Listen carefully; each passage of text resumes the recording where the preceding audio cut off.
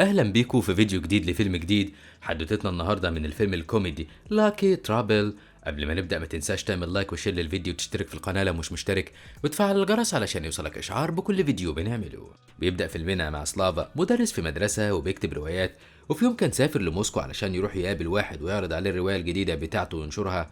بس هو ماشي في الشارع بيجيله تليفون من الشخص ده ويقول له ان روايته دي مش هتنفع، لانه عشان يكتب عن الحب لازم يكون مر بيه، مش اي كلام من وحي خياله وخلاص. ففي مشاعر بتظهر في الكتابة لو مريت بالحب فعلا. ساعتها سلافا بيجيله إحباط ومش بيركز في الطريق وهو معدي، وفجأة عربية بتخبطه ويقع على الأرض، واللي كانوا في العربية بينزلوا جري يساعدوه. وهنا بقى كانت اللحظة اللي غيرت حياته للأبد. أول ما شاف نادية بنت جميلة جدا نازلة من العربية اللي خبطته هي وخطيبها، وأول ما سلافا بيشوفها بينسى العربية اللي خبطته ورجليه اللي اتكسرت والظابط اللي جاي يشوف إيه اللي حصل، فسرح فيها وفي جمالها، وفجأة ما بقاش شايف غيرها حواليه. وده بقى نقدر نقول عليه الحب من أول نظرة. المهم ان الضابط كان عاوز ياخدهم على الاسم علشان يعمل لخطيب نادية محضر بما انه خبط الراجل وكسر الاشارة، بس سلافا بيتنازل وبيقول للضابط ان هو اللي غلطان وان هو اللي ما شافش الاشارة وهو بيعدي الطريق. وفي الاخر هو بيمشي بعد ما بيقول لها بلاش تتجوز الشخص ده، لانه كان بيحاول يبرئ نفسه قدام الضابط ويجيب الغلط عليها هي علشان ما يتحسبش ويتعمل له قضية. واول ما نادية بتركب العربية بتاخد شنطتها وحاجتها وتنزل تاني وتمشي مع سلافا وتاخده على المستشفى. وهناك على ما بيجبس رجله كانت قرت الرواية بتاعته وعجبتها جدا، بس لما بتيجي تناقشه فيها بعد ما بيخرج بيقول لها انها رواية اي كلام وبيرميها في السلة. بس نادية بتاخدها تاني وتحتفظ بيها. وفي اليومين اللي بعد كده بيقربوا من بعض وبيعيشوا حالة من الرومانسية، ونادية لما بتلاقي نفسها حبته بتنفصل عن خطيبها وتنخطب لسلافا، وعلى طول بيبدأوا في ترتيبات الفرح. وقتها كانت نادية في موسكو انما سلافا كان في مدينة تانية بعيد شوية، وبيتواصلوا بالتليفونات. وكل ما بتيجي تجهز لحاجة بتاخد رأيه. بس في مرة وهي بتقيس فستان الفرح مامتها بتشككها فيه وانه هيهرب ومش هيحضر الفرح. كانت شايفة كده علشان اتخطبوا وهيتجوزوا بسرعة وما كانتش مصدقة انه بيحبها فعلا. فنادية بتبعت له رسالة تقول له على مامتها بتقوله بهزار. وقتها كان هو في الحصة، واول ما بيخلص شغله في المدرسة بيروح للمديرة علشان يقدم لها طلب اجازته علشان يروح يعمل فرحه ويستقر في موسكو فترة مع نادية. والمديرة ما كانتش عايزة تقبل الاجازة، بس سلافا بيسيبها لها ويمشي ويقول لها انها بتستغله وعاوزة تديله مهمات اكتر من الباقيين طول الوقت. حتى الاجازة اللي اول مرة يطلبها مش عايزة توافق عليها. وبيخرج وهو مستعجل علشان يلحق القطر اللي رايح موسكو علشان ما يتاخرش على فرحه هو ونادية. وعلى ما بيوصل المحطة كان فيه هناك مؤتمر صحفي وعدد كبير من الفرق الرياضية للمدارس موجودين، والمحافظ بيحتفل بيهم علشان هيبداوا بطولة كرة القدم. وكان فيه فرق لمدارس كتيرة قوي من ضمنها فريق مدرسة سلافا. وكان هو بيحاول انه يوصل القطر من ورا اللي واقفين. بس ساعتها كان مسؤول من وزارة الرياضة بياخد باله من فريق مدرسة سلافا واللي كان شكلهم أكبر من باقي الفرق، لأن الفرق الموجودة كلها كانوا 12 سنة إنما الفريق ده كانوا 16 سنة. وأول ما المدرب بتاعهم بياخد باله إن المسؤول ده بيتكلم وبيزعق وجاي عليهم بيخلع من غير ما أي حد يشوفه. والمسؤول فعلا بيتأكد من اللعيبة إنهم 16 سنة. وساعتها بيشوف سلافا واقف وراهم، أصله كان بيحاول يعدل القطر ويلحقه. والمسؤول بيقول له ان لازم يشوف فرقه تانية باسرع وقت اعمارهم مش اكتر من 12 سنه. ولما سلافا بيحاول يفهمه ويقنعه انه مش المدرب وانه كان رايح يركب القطر مش اكتر، المسؤول مش بيصدقه وبياخد منه التذكره ويقطعها، وكمان الباسبور بياخده يحتفظ بيه ويقول له انه مش هياخده غير بعد البطوله ما تنتهي او ان فريقه يخرج منها بس لازم يشارك. وقتها سلافا بيشوف المديره بتاعته بيناديها علشان تاكد للمسؤول سوء الفهم ده وانه مجرد مدرس عادي. بس المديره بتستغل الموقف بما انها ما كانتش راضيه توافق له على الاجازه، وبتاكد للمسؤول ان سلافا مدرب كوره ما حصلش. وبعد ما المسؤول بيمشي والقطر بيفوت سلافا، المديره بتاعته بتقول له انه يقدر يجمع الفريق ويشارك في البطوله وبعدها يسافر براحته. وهنا بيجي مدرب من اللي كانوا واقفين تبع فرقه تانية كان حاضر الموقف وشاف كل اللي حصل، وبيقول لسلافا انه عاوز يساعده. وبعد ما بيعرفه بنفسه بيقترح عليه انه يجمع اي شويه عيال سنهم مناسب يعمل بيهم فريق ويشارك ويتعمد يخسر الماتشات، وساعتها سلافا هيكون حر ويسافر براحته ويلحق فرحه. وبعدها سلافا بيروح عند شباك التذاكر علشان يحاول ياخد تذكره جديده ويطنش كل الحوار اللي حصل ده، بس الموظفه بتقول له انه ما ينفعش يسافر ولا يقطع تذكره من غير جواز سفره. وفي اللحظه دي تليفونه بيرن، ولما بيجي يرد مش بيلاقي التليفون وبيتفاجئ ان ولد صغير سرقه منه ومشي، فبيلحقه بسرعه وياخد منه التليفون. ويا دوب الولد بيمشي من هنا وبيجي شرطي يدور عليه، وبيعرف منه سلافا ان الولد عنده 12 سنه. وهنا بتجيله فكره وبيروح ورا الولد ويعرض عليه انه ينضم لفريق الكرة اللي بيجمعه ويشارك في بطولة كرة القدم. والولد لما بيعرف ان هيكون في اعلام وتصوير وهيبقى مشهور بيوافق على طول. وسلافا بيروح معاه علشان يجنب باقي الفريق من الاولاد المشردين في الشوارع اللي عندهم 12 سنة. وفعلا سلافا بيروح معاه يشوف صحابه دول. اول واحد منهم كان مستخبي في برج عالي وبيهاجم اي حد يقرب له، واتنين تانيين كانوا واقفين بيستعدوا علشان يسرقوا واحدة. واحد منهم بيرمي نفسه تحت العربية وهي مش واخدة بالها علشان تفتكر إنها داسته، وبياخدوا منها 1000 روبل.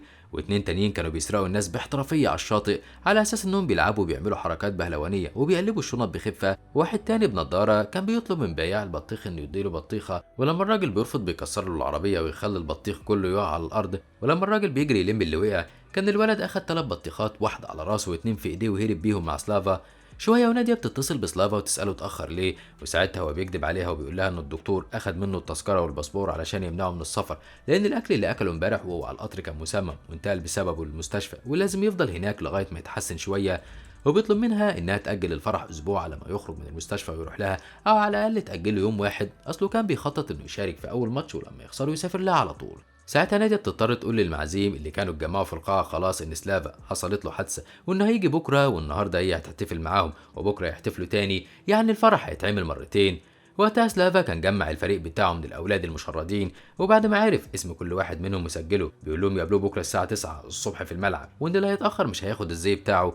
وفعلا تاني يوم الأولاد بيتجمعوا في الملعب، وكارل أول واحد سلافا اتفق معاه بياخد باله من الصحفيين اللي مالين المكان، وبيروح يتصور مع مديرة سلافا ونائب وزير الرياضة، بس الصحفية بتزعق له وتبعده. المهم ان الماتش بيبدأ وفريق سلافا ما كانوش عارفين يلعبوا في الأول، وبيدخل فيهم هدفين وكمان بياخدوا كارت أصفر. ساعتها سلافا كان مبسوط ان فريقه بيخسر وهيسافر لخطيبته، بس في الاستراحة بين الشوطين كارل بيدخل أوضة اللبس مع باقي زمايله ويتكلم معاهم ويحمسهم، وسلافا كان بيتكلم مع نادية في التليفون وبيطمنها انه هيسافر لها في اسرع وقت. ولما الشوط التاني بيبدا الكل بيتفاجئ بالتغيير اللي حصل في اداء فريق سلافا، وانهم طلعوا موهوبين جدا، وكارل كان اتفق معاهم انهم يستغلوا مهاراتهم زي ما كانوا بيعملوا في الشارع. يعني الاثنين اللي كانوا بيمثلوا الحادثه بيعملوا نفس الخدعه مع اللعيبه التانيين لغايه ما بياخدوا ضربه جزاء، والولد اللي كان بيسرق البطيخ بيسيطر على الكوره ويشيلها فوق دماغه شويه وعلى ظهره شويه ويجري بيها في الملعب، ومحدش كان عارف ياخدها منه لغايه ما كارل بيطير ويشوطها وهي على راس صاحبه، وبيجيبوا جون في التاني في التالت، والماتش بيخلص بفوز فريق سلافا. طبعا الكل اتفاجئوا من اللي حصل، خصوصا مدرب الفريق المنافس اللي كان اقترح على سلافا يعمل ايه في المحطه امبارح. سلافا بقى كان مصدوم ومش عارف يتصرف ازاي، فبيتصل بنادية ويقول لها ان الاتوبيس اللي كان مسافر فيه عمل حادثه على الطريق وهيتاخر يوم كمان. وقتها نادية بتضطر انها تحضر حفله النهارده كمان لوحدها، وبتقول حجه تانية للمعازيم، بس امها بتقول لها تكبر دماغها بقى لانه كده مش هيجي، وبيتهرب منها. وبعدها كان سلافا قاعد في المدرجات بيتفرج على باقي الفرق وهي بتلعب، لما مدرب الفريق المنافس بينادي على سلافا ويساله جاب العيال دول منين، ولما سلافا بيقول له انهم من الشارع وما لهمش في الكوره ولا بيعرفوا يلعبوها ولا اتدربوا قبل كده اصلا، المدرب بيقول له ان اطفال الشوارع اصعب مما هو فاكر، وان الحياه بتعلم اكتر من كده بكتير. وبيقترح ساعتها على سلافا انه يحط لهم دواء اسهال في الميه علشان يضمن بكره انهم لما يقابلوا فريقه ما يعرفوش يلعبوا. وبالليل كان سلافا راح للمكان المهجور اللي الاولاد بيعيشوا فيه، وبيتكلم مع كارلو بيقول له انهم لازم يخسروا بكره، بس كارلو بيقول له ما يقلقش وانهم هيفوزوا، يعني هيفوزوا علشان يوصلوا للنهائيات. وسلافا لما بيسمع الكلمتين دول بيتغير وبيتضايق، وبيقرر تاني يوم الصبح قبل الماتش انه يجيب الدواء اللي قال له عليه المدرب التاني ويحطه لكارل في الميه، وبيقنعه انه يشربها كلها علشان ينشط ويعرف يلعب كويس. واول ما الماتش بيبدا كارل بيسجل هدف بسرعه، وسلافا لما بيلاقيه بيلعب بالمهاره دي بينادي عليه ويخليه يشرب ازازه تانيه، وبيستنى يشوف ايه اللي هيحصل، بس كارل كان بيسجل هدف تاني، وبيجي بسرعه يطلب من سلافا ازازه تالته علشان عطشان. واول ما بيدخل الملعب المره دي وكان هيجيب الهدف التالت بيحس بالتعب وبيسيب الماتش ويجري على الحمام. بس ده مش بيأثر في الفريق قوي لانهم لحد دلوقتي هم اللي فايزين، وعندهم حارس مرمى شاطر مش بيخلي الفريق التاني يعرف يجيب فيهم اهداف خالص. ففي استراحة بين الشوطين بيجري على البرج اللي شاف فيه الولد المنطوي اللي بيخاف من الكل ده، وبيستدرجه وياخده معاه ويدخله هو مكان الحارس التاني. واول ما الشوط التاني بيبدأ كان الحارس الجديد ده خايف من الكل، وهو اللي بيجيب في نفسه جوان كمان، وكانوا هيخسروا لغايه ما زمايله بيفهموه يعمل ايه، وان الكوره ما ينفعش تعدي خط المرمى. وفي لحظه بيتغير وبقى بيلعب بمهاره عاليه جدا ومفيش حد عارف يجيب فيه جون تاني. وبعدها سلافا بيشوف الولد الاحول وهو بيشوط الكوره وبيقول له شوطها في الاتجاه الغلط لانه مش شايف كويس طبعا. فهنا بتجيله فكره وبيطلب منه ان هو اللي يشوط الضربه الحره دي، وساعتها كان كارل خرج من الحمام وبينادي على الولد الاحول وبيخليه يشوط الكوره ناحيته، وهو اصلا كان بيجري في الاتجاه التاني، وساعتها الكوره بتيجي جون وفريقهم بيفوز. ولما نائب المسؤول بيشوف مهارة فريق سلافا والمجهود اللي بيبذلوه بيدي الباسبور لمديرية سلافا علشان تسلمه له، بس هي طبعا مش بتقول سلافا على اللي حصل وبتحتفظ بالباسبور معاها لغاية ما البطولة تخلص. ونادية في الوقت ده في الحفلة كان خطيبها القديم موجود وبيساعدها في ان اليوم يعدي وياكل هو الجو بالاحتفالات والرقص. وسلافا لما بيتصل بيها ويعرف باللي حصل بيتضايق جدا وبيروح يقابل المدرب التاني اللي بيقترح عليه انه ياخدهم المينا ويخليهم يفضوا حمولة يخت هناك. وفعلا بالليل سلافا بياخدهم ويروحوا المينا ويفضلوا طول الليل ينقلوا في صناديق تقيلة. وتاني يوم سلافا بيقابل المدرب التاني ويقول له على الطريقة اللي فريقه اتفقوا يلعبوا بيها النهاردة، وبيحبس حارس المرمى الجديد وبيروح الماتش. والفريق بتاعه من كتر المجهود اللي بذلوه امبارح في نقل الصناديق التقيلة ما كانوش قادرين يلعبوا خالص، وبيقعوا كل شوية في الملعب من كتر الإرهاق. وقتها بيدخل فيهم 3 اجوان، وساعتها كارل بيحس بالاحباط وانه ما عملش اللي عليه لا هو ولا الفريق، وبيروح يعتذر لسلافا انهم هيطلعوا من البطوله ومش هياخدوا الكاس. وده بيخلي سلافا يحس بالذنب على اللي عمله معاهم وان هو السبب في ده، بس بيحاول انه ما يستسلمش لاحساسه بالذنب وبيروح يشرب حاجه ساقعه. وساعتها المسؤول الرياضي بيروح يتكلم معاه ويساله على سبب التغير في اداء الفريق، وسلافا بيقول له اي كلام في الفاضي وانه هيحاول يعوض في النص الثاني. فالراجل بيرد عليه ويقول له ان النص الثاني في الحياه ممكن ما يجيش، فكل اللي عليه انه يعيش اللحظه ويحاول يقدم كل ما عنده في اللي معاه دلوقتي. وبعدها بيروح سلافا يلاقي كارل قاعد لوحده في المخزن يعيط زعلان انهم مش هيفوزوا ويطلعوا في التلفزيون، لانه كان بيحلم بده علشان اهله يعرفوه ويرجع لهم تاني هو وباقي الفريق اللي انتهوا من اهلهم زمان ومش عارفين هما فين. وساعتها سلافا بيحس قد ايه هو غلطان، وبيقرر انه يساعدهم ويفوزوا بالبطوله. والمدرب التاني لما بيعرف ده بيهدده انه هيقتله، بس سلافا مش بيهتم وبيروح يحرر الحارس اللي كان حبسه، وبيرجع للفريق تاني يلاقيهم بيغيروا هدومهم وهينسحبوا من الماتش، فبيضطر يقول لهم على الحقيقه كلها. ساعتها الفريق كله بيتجمع عليه وبينزلوا ضرب فيه وبيخرجوا للملعب. وساعتها كانت المديره سمعت الحوار كله من ورا الباب، فبتدخل تعتذر لسلافا وتديله الباسبور بتاعه. في الوقت ده كان خطيب نادية الاولاني عاوز يوقع بينهم، وبيتصل من تليفون نادية علشان يقول لسلافا انها مش هتتجوزه، بس اللي بيرد عليه كانت المديره لان سلافا كان نسي التليفون في الاوضه. وهنا بيقرر انه يخلي نادية هي اللي تتصل بنفسها علشان ما تشككش فيه انه عاوز يبوظ لها الجوازه، وعشان تسمع بنفسها مين اللي بتتكلم. وقتها لما المديره بترد عليها بتعتذر لها وتقول لها انها السبب في ان سلافا ما حضرش الفرح بسبب ولادهم، فهي وكل المعازيم اللي كانوا سامعين المكالمه بيضحكوا وبيتفاجئوا ان سلافا متجوز وعنده اولاد اصلا.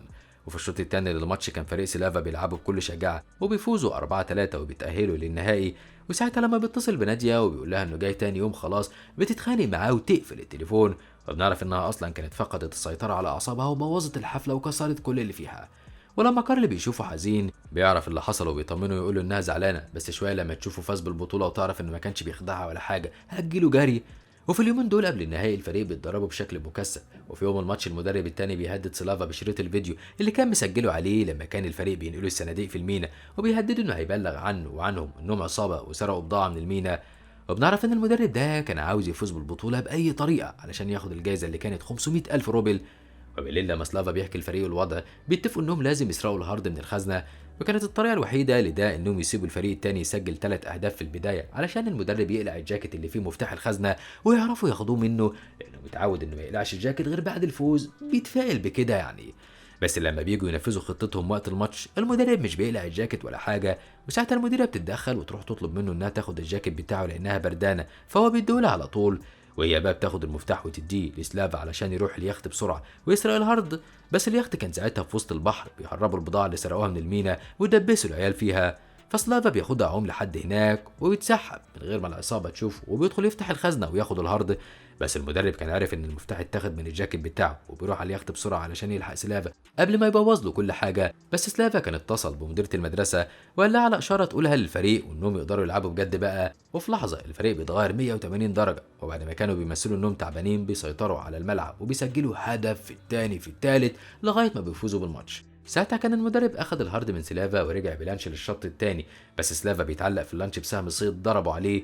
ولما بيوصلوا الشط بياخد منه الهارد وبيجري على الملعب ويخبيه في كاس البطوله ويحاول يهرب من المدرب. وساعتها بيتفاجئ بنادية اللي عرفت كل حاجه من المديره وجت تسانده.